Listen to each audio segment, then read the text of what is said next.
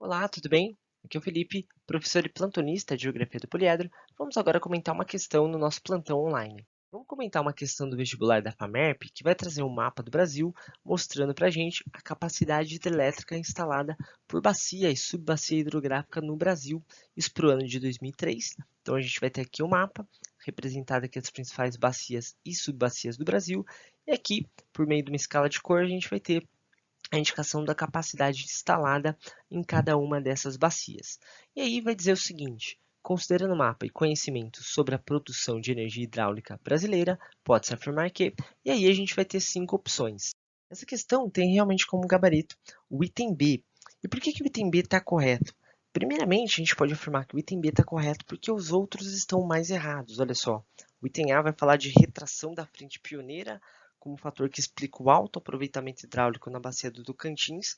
E, na verdade, olha só, analisando a bacia do Tocantins, o aproveitamento hidráulico não é nem alto, é relativamente baixo, inclusive. O item C vai falar em grande diversidade biológica como fator de explicação do alto aproveitamento hidráulico na bacia Atlântico Nordeste e Norte. Olha só, analisando o mapa, essas duas bacias, basicamente, né, também vão apresentar uma capacidade instalada consideravelmente pequena, então não está correto. O item D vai dizer, ó, grande distância dos centros consumidores explica o alto aproveitamento hidráulico da bacia do Paraná-Paraguai, essa região mais urbanizada, industrializada e populosa do país. Então, realmente é o contrário do que está sendo colocado aqui. Realmente essa região é o principal centro consumidor de energia. E o item E vai correlacionar o relevo de depressões ao baixo aproveitamento hidráulico da bacia do Atlântico Leste. Não é nem sequer uma região caracterizada por tantas depressões assim. Então, realmente, o item B ele é o que melhor se adequa a uma resposta correta e ele é de fato o nosso gabarito. Apesar do item B ser o gabarito, esse item tem algumas imprecisões. Realmente é um pouco forçado dizer que o baixo aproveitamento hidráulico da bacia do Amazonas tem relação direta com o relevo de planícies. Claro que a gente tem relevo de planícies em várias porções dessa bacia. O grande destaque aqui vai para o curso do Rio Amazonas, ao longo do curso do Rio Amazonas. Realmente a gente tem grandes porções de planícies, mas isso não é uma realidade de toda a bacia. Por exemplo, na porção centro-sul dessa bacia, a gente encontra o Planalto Central brasileiro.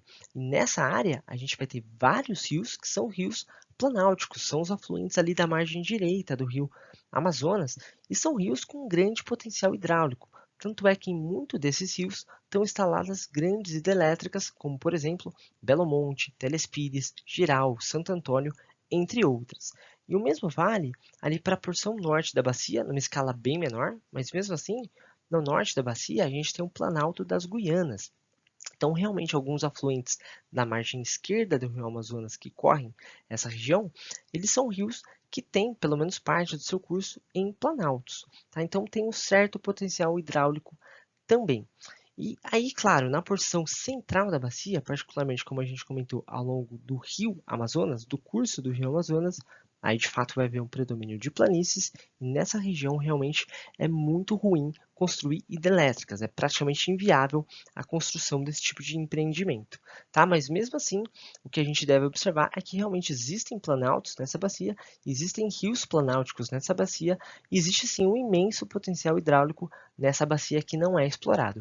Ou seja, o baixo aproveitamento hidráulico dessa bacia tem muito a ver também com as distâncias dessa região em relação aos principais centros de consumo de energia no Brasil e também a impactos ambientais derivados da construção de hidrelétricas nessa bacia. A gente deve lembrar que essa região é a região de ocorrência da mata amazônica, da floresta amazônica, e, claro, construções de grande porte, como usinas hidrelétricas com grandes reservatórios, tendem a causar vários impactos ambientais, o desmatamento é o mais evidente, mas vários outros também, e mesmo impactos sociais, como, por exemplo, o deslocamento, desalojamento de população ribeirinha.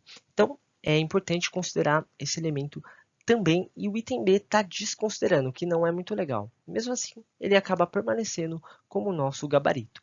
Bom, eu espero que tenha conseguido te ajudar com essa questão e até mais!